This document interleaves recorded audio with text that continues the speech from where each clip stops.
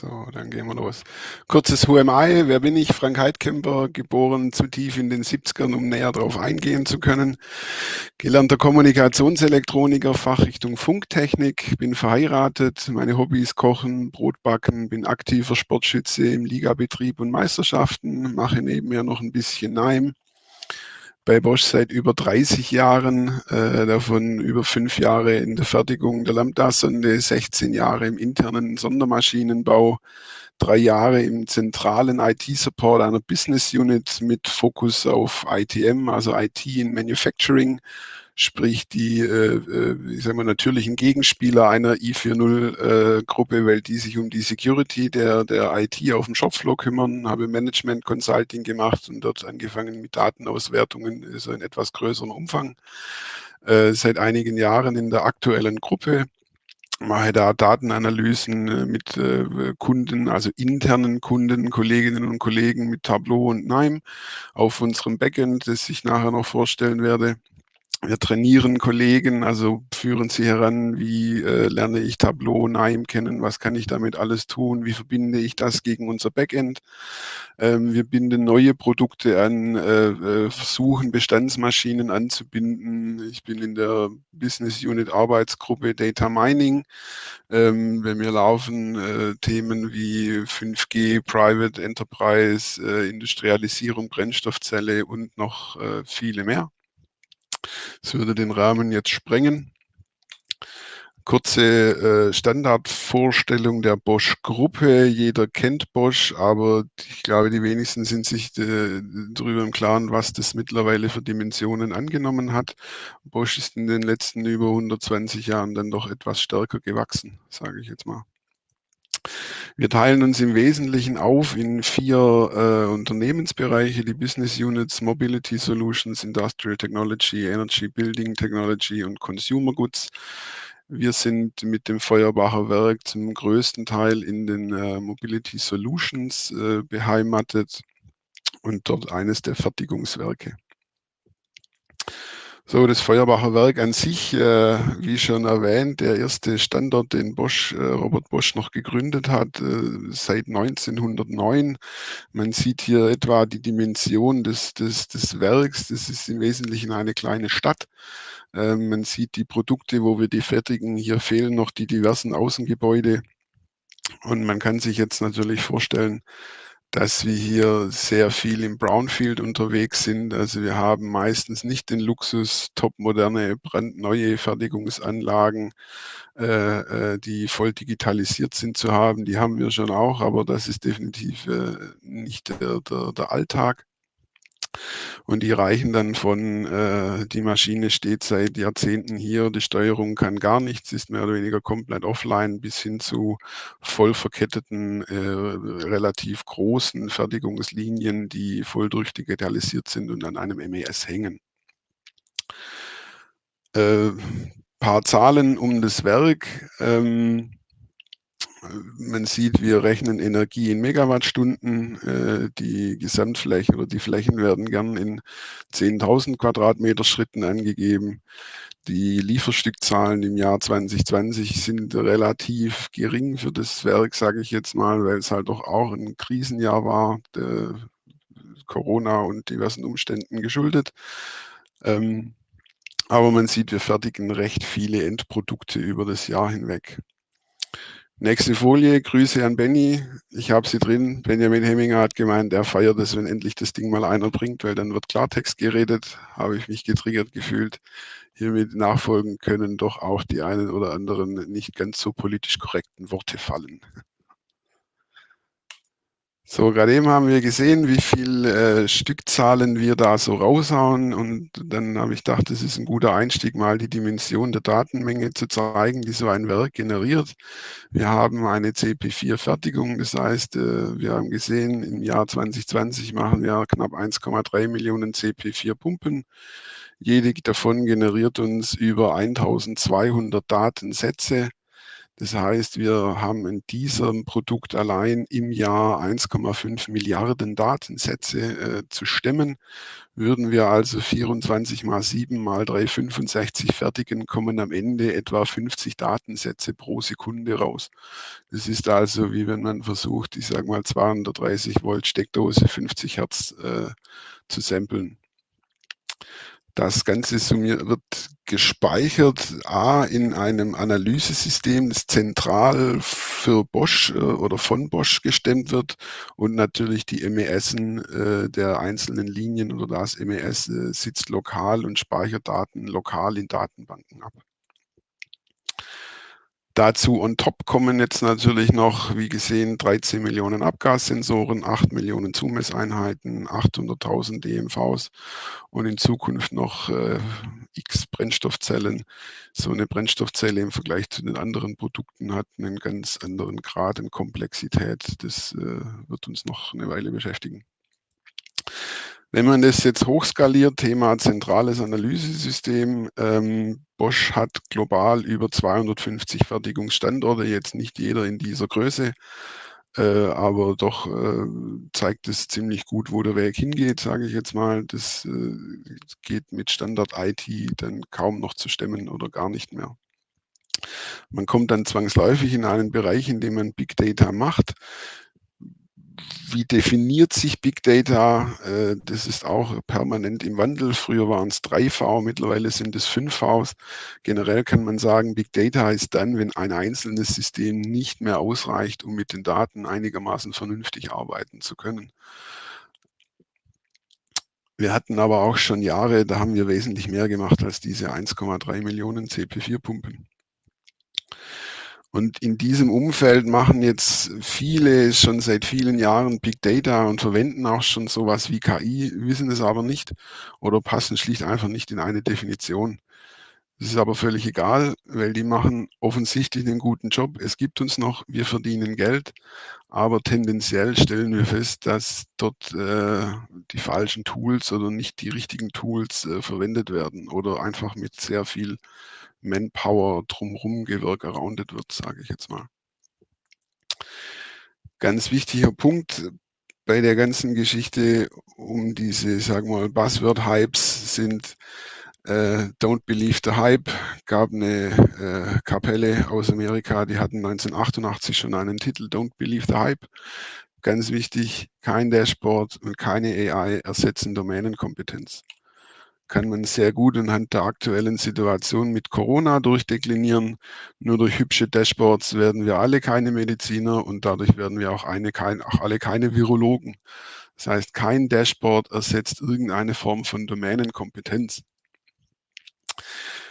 Wenn ich für einen Use Case, den ich mit AI oder mit smarten Tools realisieren will, eine unzureichende Messtechnik habe, weil eine Maschine wird gebaut nach einer Spezifikation. Wenn das, was ich machen will, nicht Teil dieser Spezifikation ist, wird da sehr wahrscheinlich nicht wirklich viel bei rauskommen, weil ich Messtechnik nicht erweitern kann durch AI. Das heißt, ich brauche noch Domänenkompetenz einer Person, die ich gar nicht auf dem Schirm habe, oder sie wird wichtig aus der Gegebenheit der Maschine heraus. Was wollen wir finden? Wir wollen natürlich Kausalzusammenhänge finden und Korrelationen finden wir sehr leicht, können aber nur durch Domänenkompetenz zu kausalen Zusammenhängen führen. Oder jemand kann mir sagen, ich muss die verwerfen, weil das zwar eine Korrelation ist, aber keine Kausalität. Ich muss identifizieren, wer kann das beurteilen. Das ist entscheidend. Wenn ich einen Algorithmus oder eine KI richtig implementiere, sie mit den richtigen Features im richtigen Format füttern werde, wird sie immer ein Ergebnis liefern. Das haben die Dinger an sich, die sind gemacht, um zu funktionieren und das tun sie auch.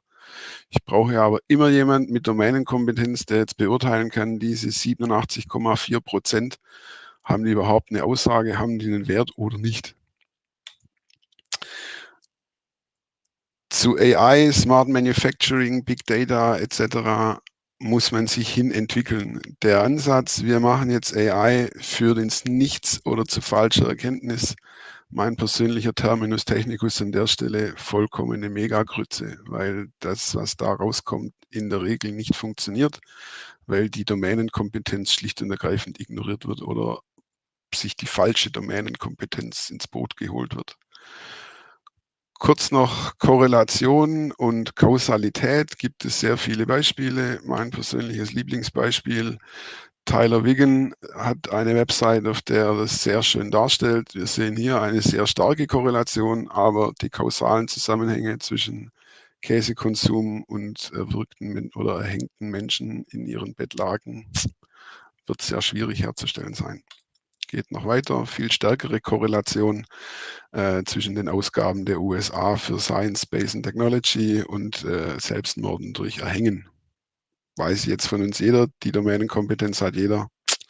Das korreliert zwar, aber das hängt kausal nicht zusammen.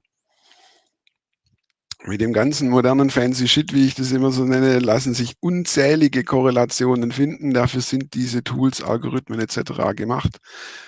Man sieht aber sehr schnell Gespenster oder Benefit, wo schlicht und ergreifend nichts ist.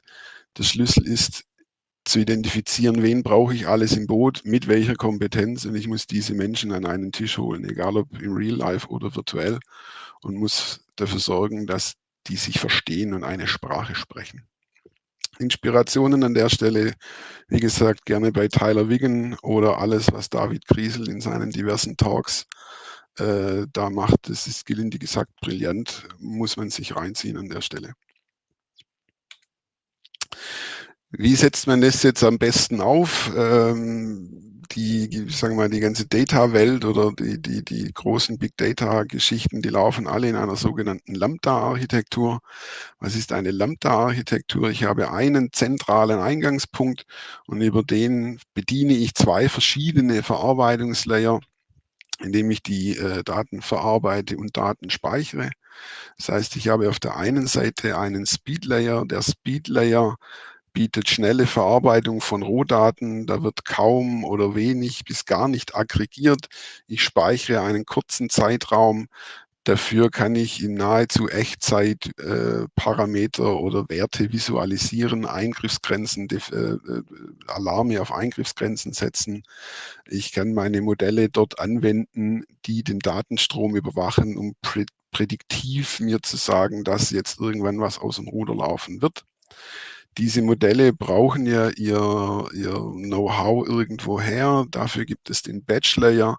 Der Batch-Layer geht zyklisch über den kompletten Datensatz drüber. Er aggregiert, er reichert an, dort werden Pivots gemacht, Berechnungen, Joins durchgeführt etc.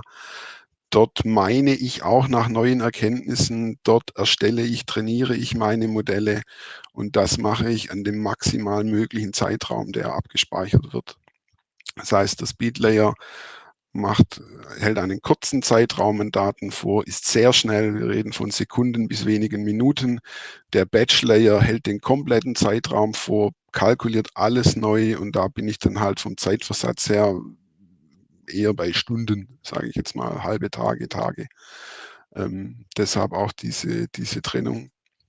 Und das im Batch-Layer neu generierte Wissen wende ich im Speed-Layer an. Das ist so die Ideallösung, wie man sie gerne hätte. Und so eine Architektur parallel zu einem MES aufgebaut, das bereits existiert, bietet halt die Möglichkeit, dass ich die MES-Systeme nicht mit der Last der neuen fancy Tools belaste. Die erbringen ihren Service ja seit 10, 20 Jahren. Das machen sie sehr gut. Und wenn ich die jetzt noch zusätzlich belaste über Abfragen etc. pp., dann gehen die in die Knie mit dem Endeffekt, dass meine Fertigung steht oder langsamer läuft. Ich kann hier auch andere Tabellenstrukturen fahren, weil die normalen Tabellenstrukturen in den MESen natürlich im Vorfeld definiert wurden. Die wurden ja so bestellt über ein Lastenheft. Das heißt, ich bin in dieser Tabellenstruktur etwas gefangen. Die kann ich in einer solchen parallel zum MES aufgesetzten Lambda-Architektur abfahren und besser realisieren. Wie schon gehört oder wie gesehen, eine Definition von Big Data ist, wenn ein System nicht mehr ausreicht, um mit Daten arbeiten zu können, Big Data wie alle anderen technischen Lösungen sind meistens das Ergebnis eines Zwangs und dienen nicht dem Selbstzweck. Das ist ganz wichtig. Das heißt, skaliert vertikal, solange es geht. Was heißt vertikal skalieren? Nächstgrößere CPU, mehr RAM, schnellere RAM, größere Festplatten, schnelleres Netzwerk etc. Alles besser, alles performanter für diesen Use Case, als zu sagen, ich mache jetzt Big Data. Erst wenn ein System nicht mehr ausreicht, kommt ein Scale-out. Scale-out heißt dann, man muss in der Regel so etwas aufbauen. Wir haben angefangen vor einigen Jahren, ein paar kleine Hadoop-Server, 30, 40 Worker-Nodes, 100 Gigabyte Speicher, ein paar Terabyte Speicher dazu, zyklische Datenbankabzüge, Kafka-Server etc. etc.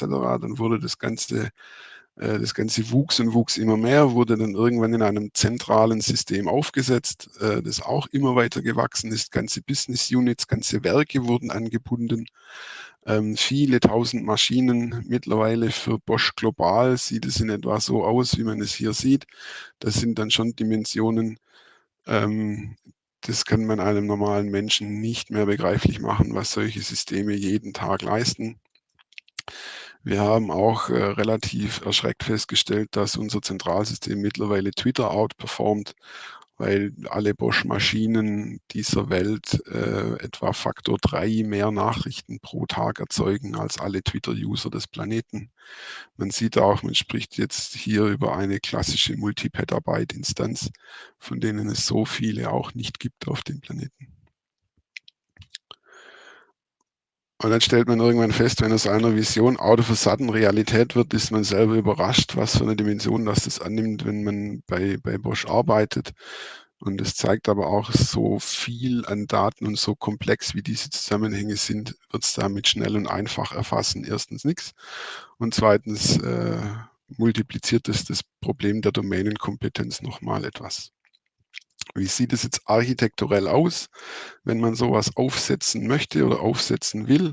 Wir haben hier oben die bereits existierenden Geschichten wie Maschinen. Das ist jetzt mal nur schematisch eine. Wir haben davon ja viele, viele, viele Anlagen, Leitrechner, Datenkonzentratoren. Da gibt es jetzt auch viele Namen. Auf jeden Fall, die Dinger machen den Eintragsdienst in die Datenbanken des MES.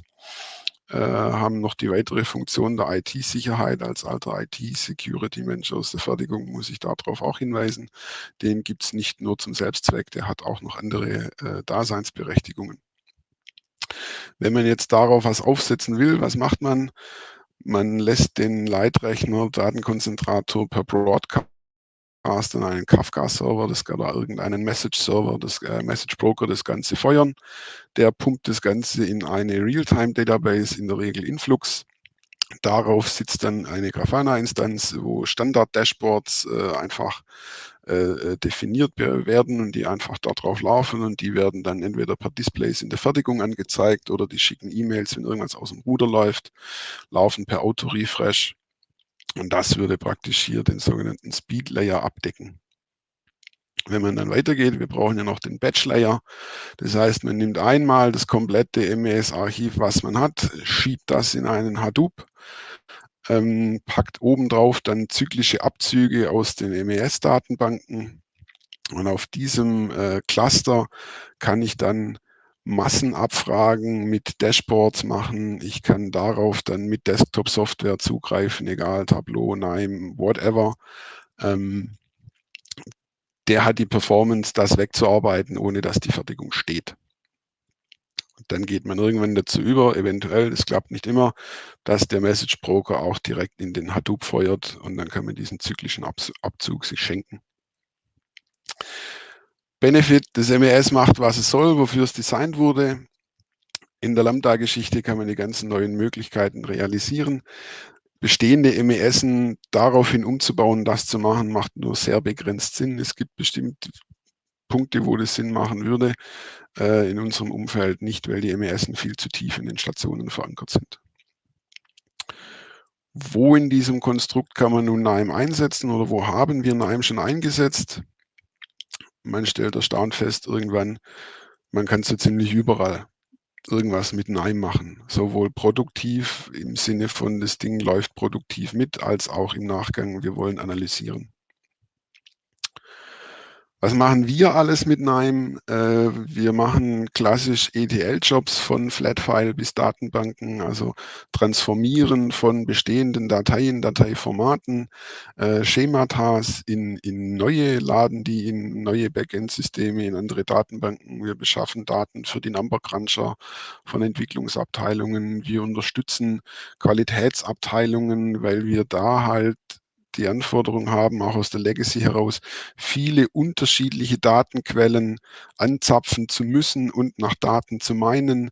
Man sieht hier in den Anführungszeichen so die möglichen Gedanken oder Anforderungen, die da kommen.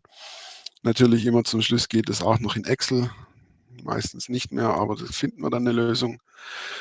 Wir testen neue Prüfmethoden oder Grenzwerte gegen historische Daten. Also was wissen wir jetzt auf die Historie angewandt? Wir erstellen DAT-Files per Workflow. Wir haben ja schon als neues Produkt die Brennstoffzelle. Man kann sich jetzt vorstellen, das sind 700 Komponenten. Das MES da oben drauf ist etwas komplexer und das zu konfigurieren, dann per Hand zusammenklicken und kopieren von DAT-Files, das macht auch keinen wirklichen Sinn mehr. Das heißt, das machen wir per NIME-Workflow. Der wirft uns dann die entsprechenden Files einfach raus. Wir haben für Entwicklungsträger oder Prototypenfertigung so MES Ultralight-Geschichten gebaut, wo man halt einfach gescannte Etiketten weiterverarbeitet, selber Etiketten ausdruckt, das Ganze irgendwohin abspeichert, dass man nachvollziehen kann, was ist da noch gelaufen. Es gibt Decision Trees auf End-of-Line-Prüfungsdaten. Wir suchen neue Kausalzusammenhänge. Ja, wir crawlen per NIME Server jeden Morgen über mehrere Dutzend Excel-Files, weil halt noch nicht alle Fertigungen voll vernetzt sind. Die führen an ihren Maschinen Excel-Sheets, speichern die irgendwo ab. Da crawlt jeden Morgen ein Workflow drüber, der die Daten aufbereitet für die Morgenrunden. Wir sehen mit Freude, sage ich mal, dass der NIME-Server immer mehr Fahrt aufnimmt und wer den Schmerz kennt, NIME auf Bosch VMs mal automatisiert zu betreiben, der weiß warum. In meinen Augen, warum NIME? NIME ist schnell und einfach zu lernen. Man kann sich auf das Wesentliche fokussieren. Ich muss nicht erst den Overhead einer Programmiersprache erlernen, um einen Decision Tree zu machen. Ich ziehe die Nodes rein, ich parametriere die, läuft. Es ist Open Source, es skaliert von Laptop bis zum Server-Cluster. Was ist der Erfolg von NIME? In meinen Augen, es nutzt die zweitwichtigste Erfindung des letzten Jahrhunderts, eine GUI, weil mit einer grafischen Benutzeroberfläche wird einfach Technik bedienbar. Das demonstriert uns jeder Smartphone-Hersteller. Das hat uns Windows gezeigt im Vergleich zu Linux. Sobald ich eine GUI habe, erreiche ich einfach viel mehr Menschen. Das wär's. Vielen Dank für die Aufmerksamkeit.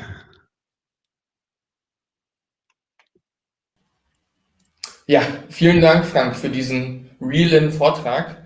Eine Frage hätte ich noch für dich. Wie grenzt sich deiner Meinung nach NIME zu Python ab? Ja, wie schon erwähnt, NIME nutzt eine GUI, eine grafische Benutzeroberfläche, während Python halt sehr viel in der Kommandozeile läuft. Es kommt natürlich irgendwann ein Punkt, an dem ein Python-Monolith runtergecodet und deployed schneller, besser, effizienter ist. Aber während der damit arbeitet, ja, wird es mit NIME schneller sein. Ich sage immer, jetzt nimmst du deinen Python-Coder und nimmst ihm die Internetverbindung, dass seine ersten 5 Zeilen, in denen er 5 Libraries einbindet, halt einfach ins Leere laufen. Und dann macht der Belichte betrachtet auch nichts anderes als NIME, nur dass er halt einfach über Kommandozeile seine Libraries parametriert und aufruft, während du das in NIME mit einer grafischen Benutzeroberfläche machst. Und bis zu dem Punkt reicht NIME und der Punkt liegt weit, weit, weit. Ja. Ja, das ist ein guter Punkt. Man darf auch nicht vergessen, dass NIME natürlich eine zentrale Plattform für das gemeinsame Arbeiten von Codern und eben Nicht-Codern bietet, weil man Python und R gut integrieren kann. Ja, vielen Dank nochmal, Frank, und dann sehen wir dich später nochmal in der Q&A-Session mit Benny.